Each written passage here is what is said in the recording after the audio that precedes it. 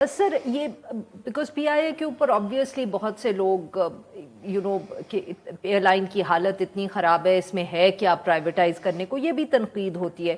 تو obviously real estate ہے ایک طرف، شاید کوئی پلینز وغیرہ ہوں جو اس حالت میں ہوں کہ آپ ان کو کر سکیں. I mean I am asking, it's a genuine question.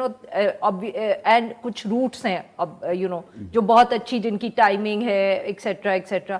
Is there anything else that I'm missing out on? I mean, so are you going to separate all of this? اس کو الگ الگ آپ اس کو انکاری کریں گے؟ جی ہمیں یہ جو ریسٹرکچرنگ کا پروسیس ہے یہ سٹیپ 1 ہے اس کا، اور اس ریسٹرکچرنگ کی ہمیں ایس سی سی پی سے بھی اپروول لینی پڑے گی، وفاقی کابینہ سے بھی اپروول لینی پڑے گی، نئی کمپنیز بھی کارو آؤٹ کرنی پڑیں گی. ہو سکتا ہے ایک نئی کمپنی کارو آؤٹ کی جائے ہولڈ کو کی صورت میں، ہو سکتا ہے ایک سے زیادہ کریں ہم. تو وہ یہ سارے پروسیسز کنکرنٹلی چل رہے ہیں.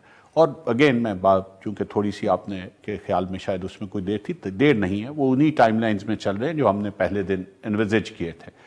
تو ہماری تو فرسٹ جو ہماری ہے ایفرٹ وہ یہ ہے کہ جو ہمارا کور ایویشن ایسٹ ہے، ایئر لائن جو ہے، اس کے ہم ایسٹس کو علیحدہ کر کے اور اس کو ہم پرائیویٹائز کر دیں. اب ان میں کیا کیا آتا ہے؟ ان میں جہاز آتے ہیں. جہاز ویسے کہنے کو تو 36 جہاز ہیں، لیکن جو فلائنگ ایئر پلینز ہیں جو کسی بھی وقت فلائنگ کی حالت میں ہوتے ہیں، ان کی تعداد 19 ہے.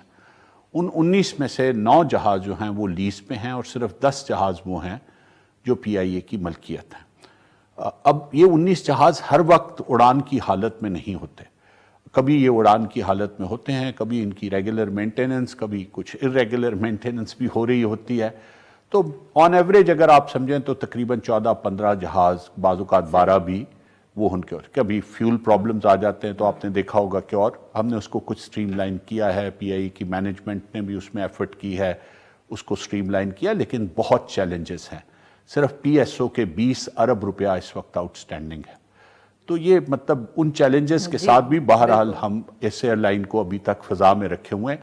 یہ میرے خیال ہے ایویشن ڈویژن بھی، پی آئی اے بھی، اور پرائیویٹائزیشن کمیشن کو، اور ہم سب سے زیادہ منسٹری آف فائننس کو بھی اس کی کریڈٹ ملنی چاہیے، کیونکہ اتنے مشکل معاشی حالات میں ان کے لیے ان وسائل کا بندوبست کرنا. کیونکہ دیکھیے وسائل تو انہی کے پاس ہیں، نہ پرائیویٹائزیشن کمیشن کے پاس کوئی ایسے وسائل ہیں، نہ ایویشن کے پاس کوئی اپنے وسائل ہیں.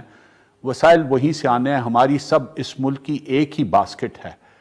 میں کہیں نقصان کروں گا تو اس باسکٹ کا سائز چھوٹا ہوگا، پی آئی اے کہیں نقصان کرے گی چھوٹا ہوگا، کوئی اور ادارہ کہیں پہ نقصان کرے گا تو اس باسکٹ کی قدر میں، قیمت میں مزید کمی ہو جائے گی. اور بدقسمتی کی بات یہ ہے کہ ہم سب ہی اس باسکٹ کو خالی کرنے میں لگے ہوئے ہیں. جی بالکل. تو اب ہماری کوشش یہ ہے، جی صرف خالی نہیں کر رہے. تو اب ہماری کوشش یہ ہے کہ وہ رستے بند کریں جن سے اس ٹوکری میں مزید چھید، جن کا آپ نے اچھا لفظ ہے، تو چھید جس میں مزید کیے جا سکیں، تو کسی طرح سے وہ رستے بند کرنے کی کوشش کریں.